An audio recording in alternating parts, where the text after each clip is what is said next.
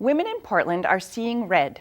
Every night in February, City Hall will be bathed in red light to mark the Go Red for Women campaign. Go Red for Women is a national program that seeks to inform women about the risks of heart disease. A kickoff event was held at City Hall, and Brenda Quinn, the communications director for the American Heart Association in Maine, explained the goal for the event. We hope from the Go Red for Women campaign that everybody knows what this little red dress is and that this is the symbol for women in heart disease. We hope that all women are aware that this is their leading health threat, but that they also take steps to ensure that they know their risk factors and that they're doing all they can to prevent this mostly preventable disease. So when you say mostly preventable, what are the things that can be preventable? Well, certainly quitting smoking or not starting to smoke if you don't already, knowing your cholesterol levels, your blood pressure levels, your blood glucose, your BMI, your body mass index, which has to do with your height and weight, your waist circumference. There's lots of different identifiers, and if people go to goredforwomen.org, we have great resources there where you can know what your risk factors are and actually know what you need to bring into your doctor for tests. Heart bypass survivor Elyse Bolda described her experience with heart disease. I knew what the symptoms were for men growing up because I lived in fear that my father was going to drop dead, and he talked with me about what those symptoms were. But I really didn't understand the symptoms for women.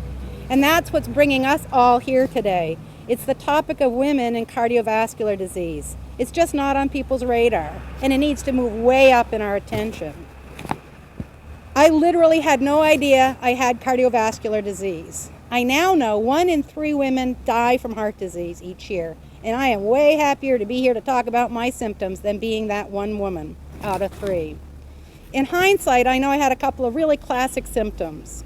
I had shortness of breath from climbing a single flight of stairs.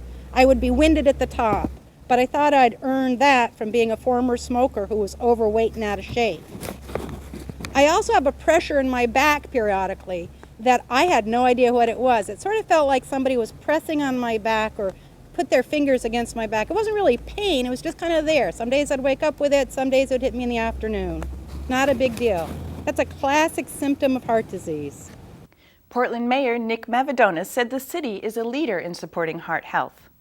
For several years, the City of Portland has supported Go Red for Women with public education here at City Hall and through the Healthy Maine partnerships. 2 years ago on this day, we were very excited to announce that our metro area of the Portland, South Portland, and Biddeford was rated the second most heart-friendly city for women, second to Boulder, Colorado. We received high marks for our low cardiac mortality rates for women, early diagnoses of diabetes, hypertension, and high cholesterol, all major risk factors for heart disease, body mass index, which was used to assess obesity rates, the high number of physicians per capita, low cigarette smoking, health care access, with very high scores for the percentage of women covered by a health plan and being able to afford health care, healthy eating, and some of the nation's strongest legislation for smoke-free workplaces and restaurants. With heart-healthy benefits like these, it's no wonder that the Go Red for Women Heart-Friendly City study calls Portland one of the most heart-healthy cities in all of America. Heart disease claims the lives of 500,000 women a year in the U.S. The Go Red campaign encourages awareness of the issues and urges women to take action to save their lives. For more information, go to goredforwomen.org.